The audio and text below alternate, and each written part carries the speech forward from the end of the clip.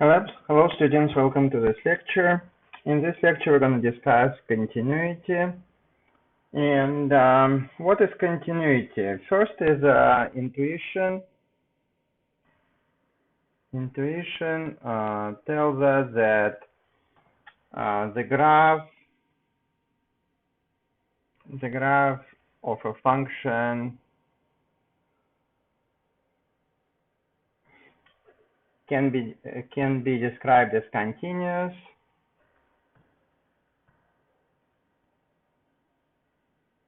Described as a continuous curve.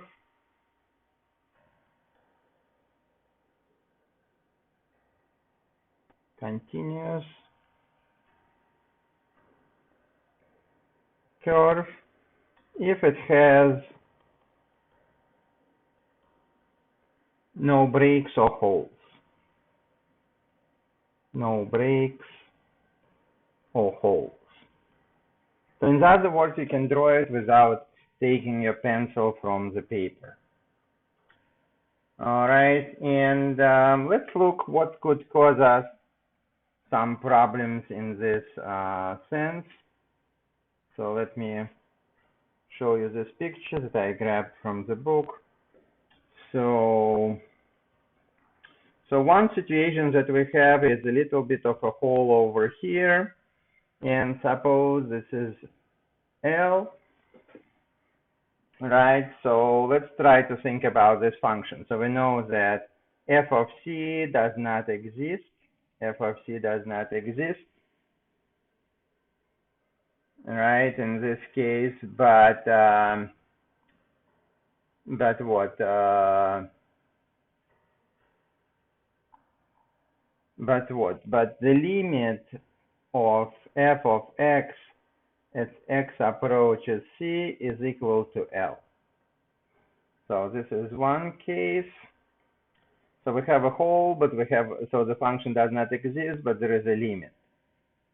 Second situation that is possible is situation over here. Suppose we have, this is L1 and this is L2. So over here we can say that f of c is equal to L1, and we can see that the limit of f of x does not exist.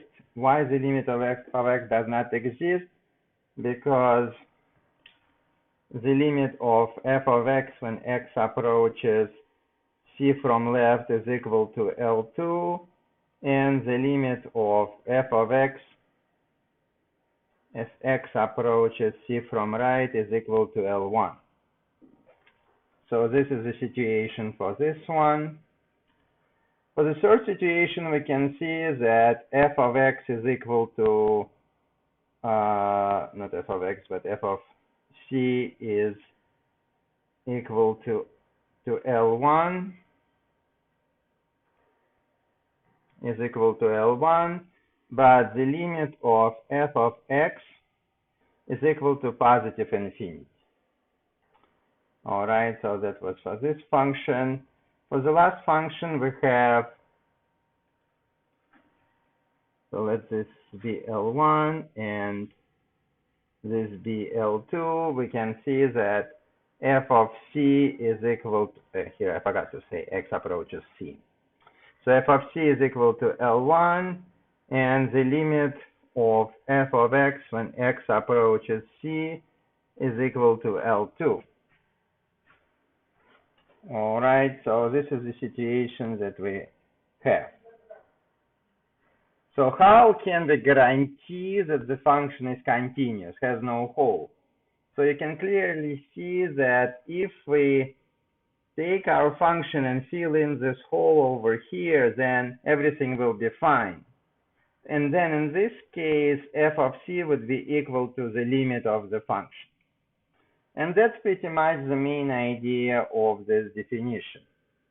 So if we would like to define continuity, we would say that a function f is said to be continuous,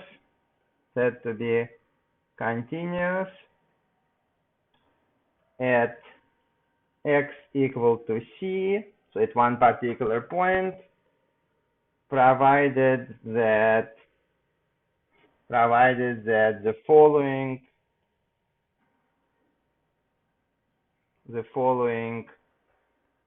three conditions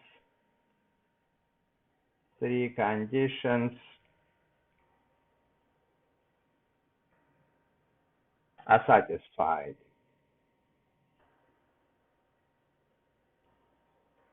So what are the three conditions? First one, we need f of c to be defined. But let's see if this would be enough for function to be continuous. Like in example B, f of c is defined, but function is discontinuous. At C, the function is defined, but it's discontinuous. And at D, the function is defined, but it's discontinuous. So it's definitely not enough. Second thing that we're going to require from the function for it to be continuous is that the limit exists. So this limit exists. All right, but let's see if this would be enough. So for example, in part A, the limit exists, but the function is discontinuous. In D, the limit exists, but the function is discontinuous. So that's not enough. We will need the third condition. And in the third condition, we're going to say that limit of f of x when x approaches c should be equal to f of c. And if this all three conditions are satisfied, the function will be continuous. One note to make about this definition is that actually, if you just look at the third one, it kind of implies the first one and the second one, because if you want to set your limit to check against something, it should exist. So that means f of c is defined, and it means that limit f of x exists. We were just checking that they're equal, but we're already requiring for them to exist. So the third is enough for checking the continuity.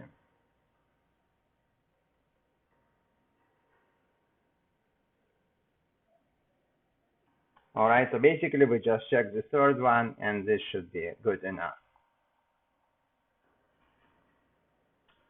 All right, so a couple of things to add to this definition. So some notes that we would like to add.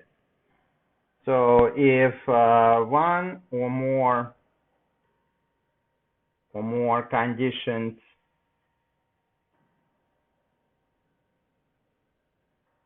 fails to hold,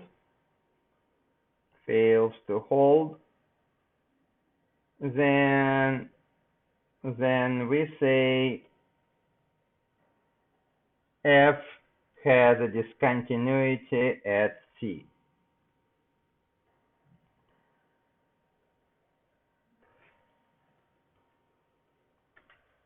All right. So basically, all pictures that we had before, they have some kind of discontinuity at C. A, B, C, and D, they all have some discontinuity.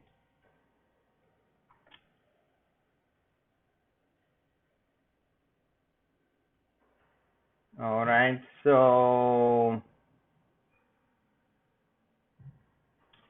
we will say that some additional properties that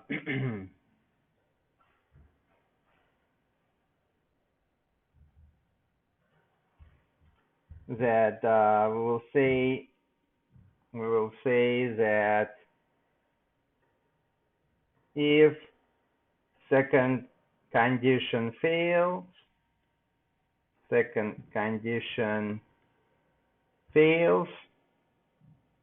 limit of f of x when x approaches c does not exist, then f of x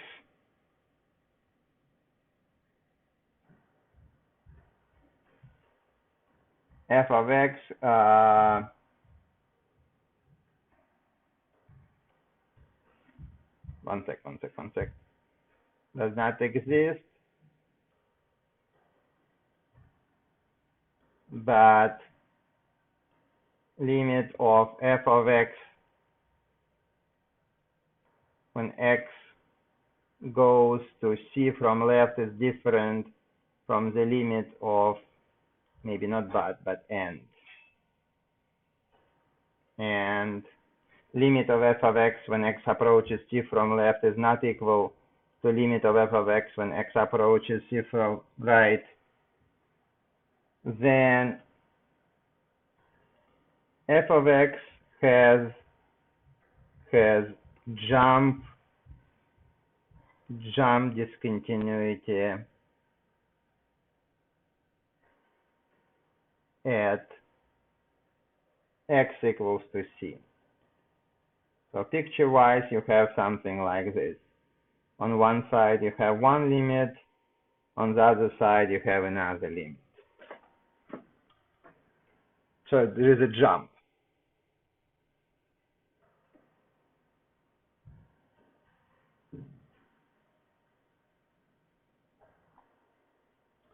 So if limit of f of x does not exist when x approaches c, and limit of f of x, maybe I'm not going to talk about it that much.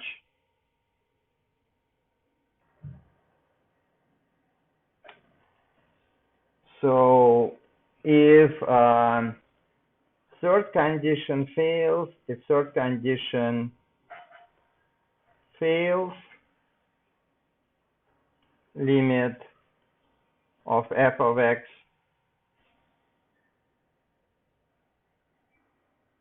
limit of f of x when x approaches c is not equal to f of c, but or maybe not but and f of c exists. Maybe here we should put, then f of x has a removable discontinuity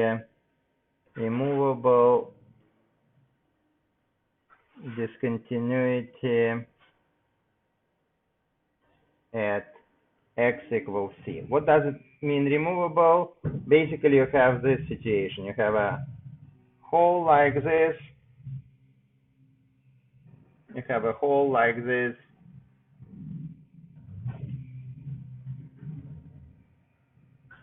And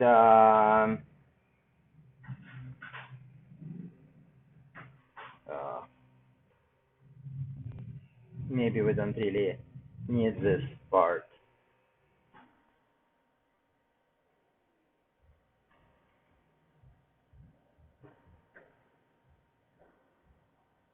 Let me fix this part over here. I don't think I said it nicely. Let me try to fix it.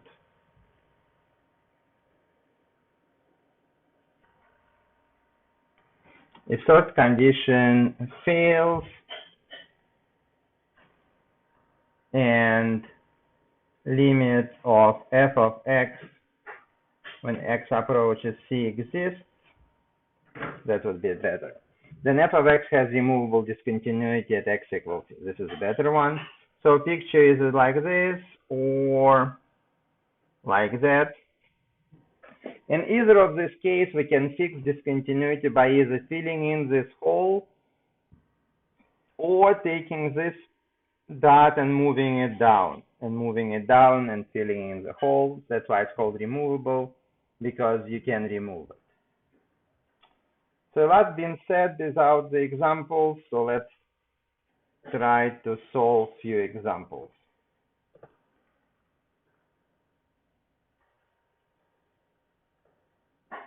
So let's try to solve these examples.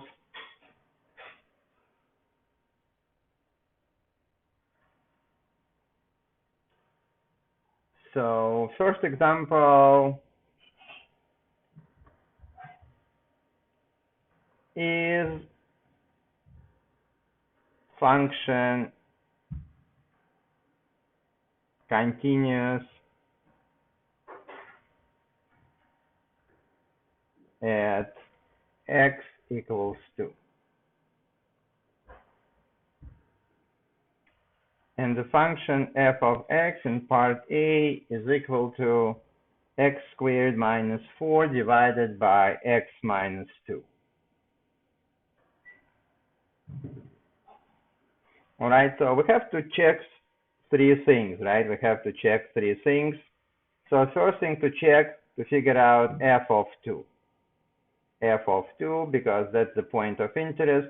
So we're going to get 2 squared minus 4 divided by 2 minus 2, which is 0 over 0. So it does not exist, right? So first one failed. First one failed.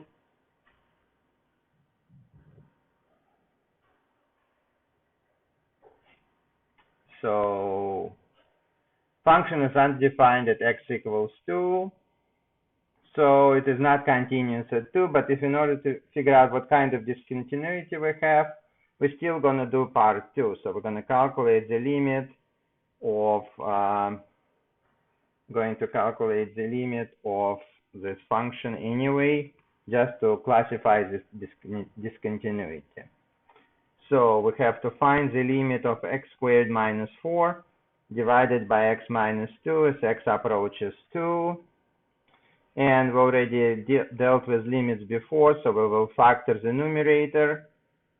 Since it's 0 over 0, we should be able to factor the denominator and numerator, sorry. So we see that x minus 2 is a common factor. We are allowed to divide because x approaches 2 means x is not equal to 2. So conclusion, we need to find limit of x plus 2 as x approaches 2, which will be 4. So the limit exists, but the value of the function does not exist. So it's a removable discontinuity.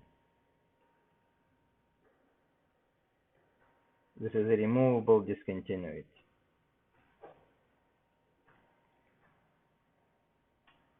All right.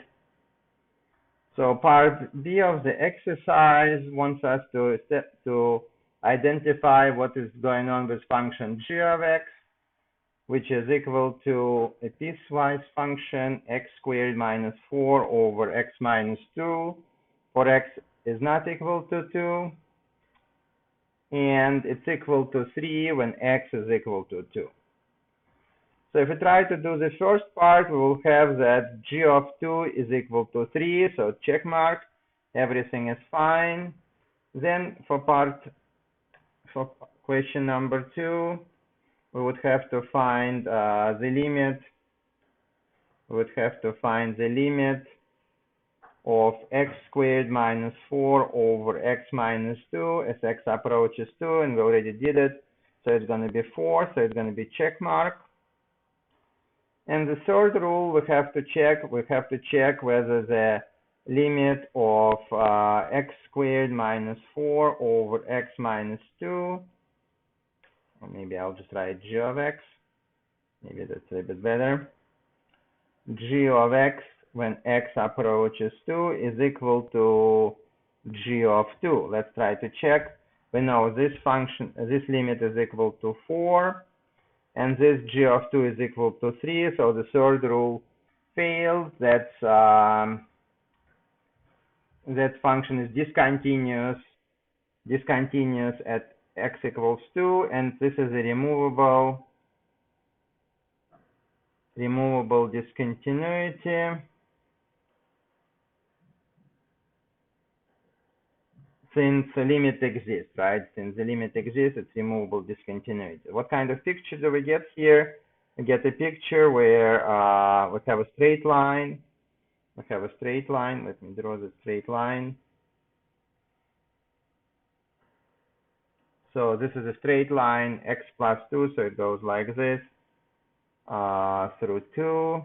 and at x equals 2, it has a hole. It has a hole over here.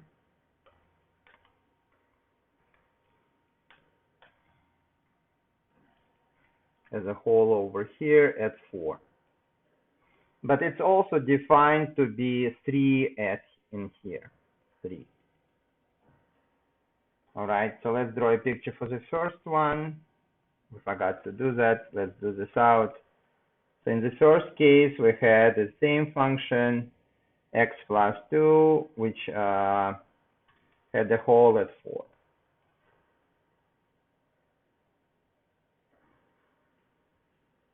All right.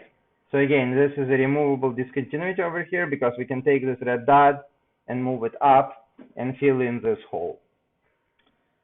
So the last exercise for this example would be h of x, which is also a piecewise function, x squared minus 4 over x minus 2 for x not equal to 2, and 4 when x is equal to 2. So let's go through the steps.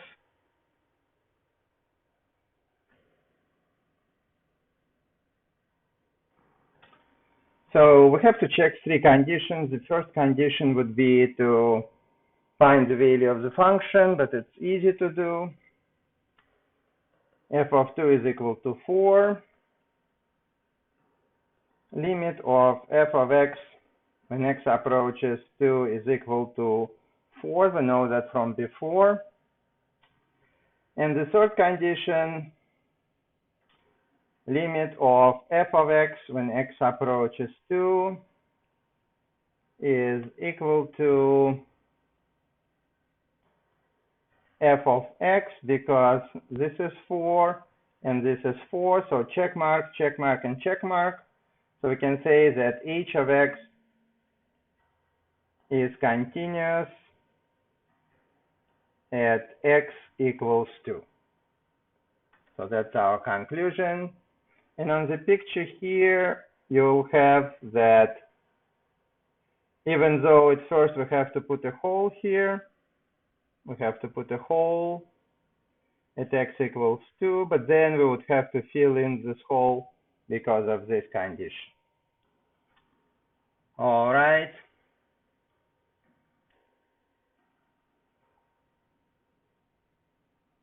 Now let's talk about some properties of continuous functions. And you'll have to practice with continuity because you know how to do limits, so it shouldn't be too hard. So the first property of continuity is saying the following, that if the functions f and g are continuous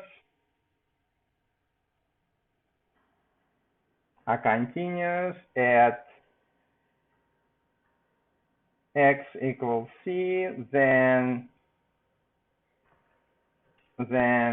part A says that f plus g is continuous at c.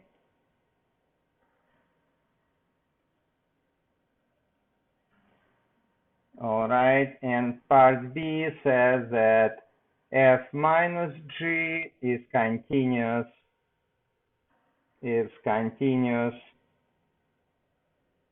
at x equals c.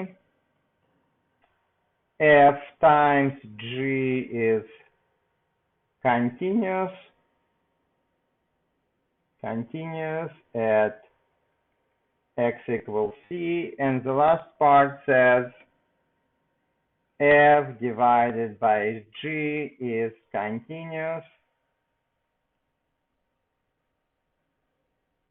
at x equals c if g of c is not equal to 0.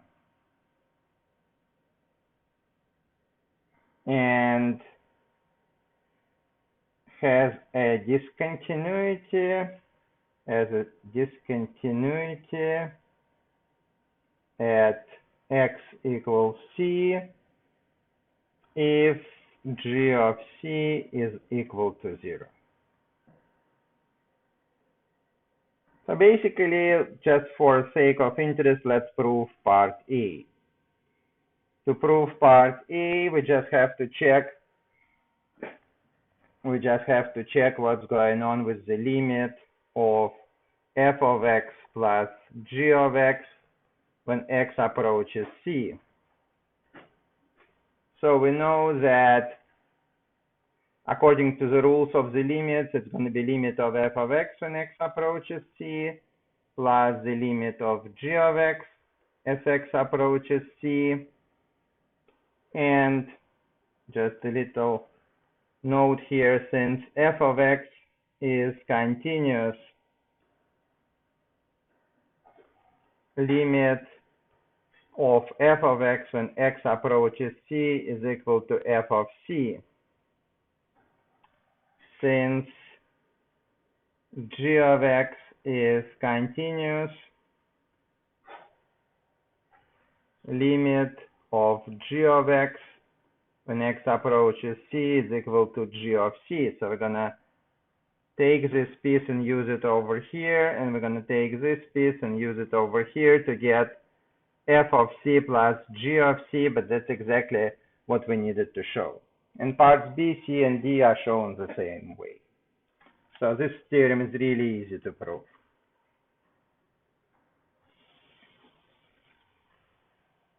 So one more rule about, this is just a consequence of this rule.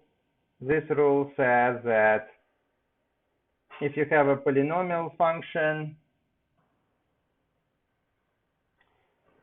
polynomial function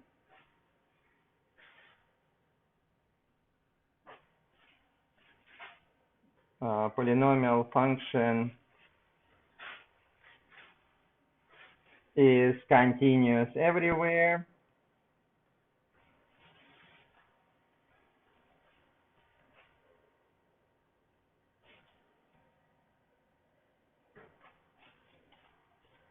right? And another function of interest for us is a rational function. Part B of the theorem says that a rational function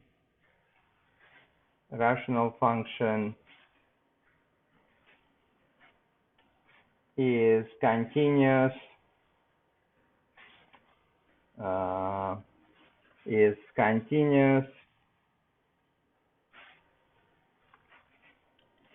at every point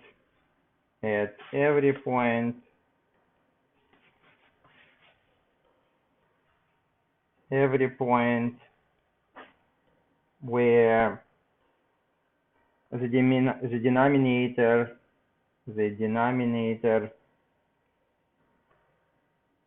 is non-zero.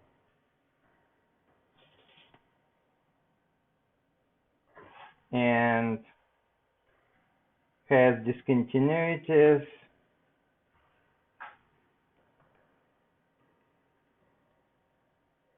where the denominator is 0.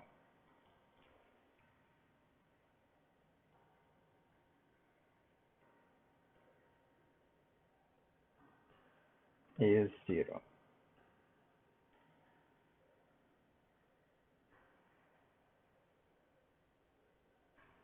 All right, so let's quickly try to see where the next function is discontinuous. So example asks us to do the following. For what values of x is there discontinuity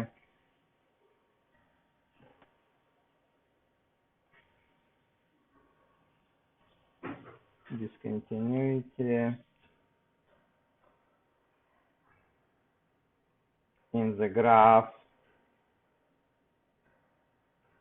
of y equals x squared minus 9 divided by x squared minus 5x plus 6.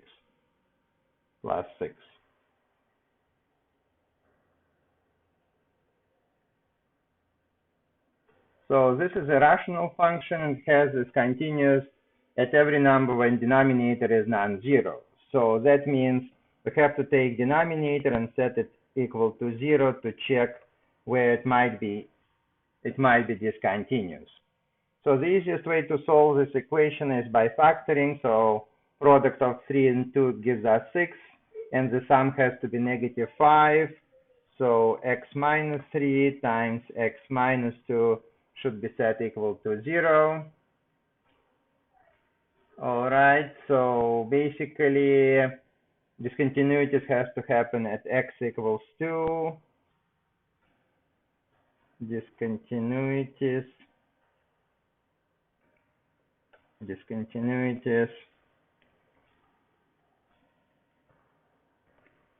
at x equals 2 and x equals 3.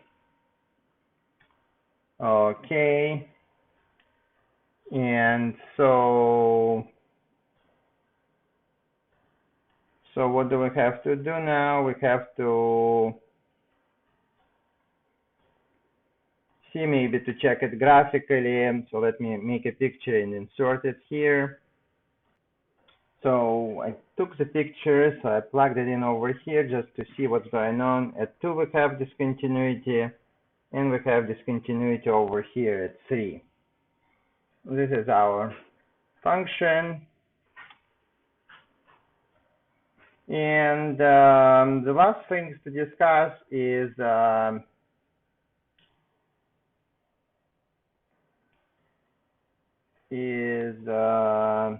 probably this discontinuity of composition and discontinuity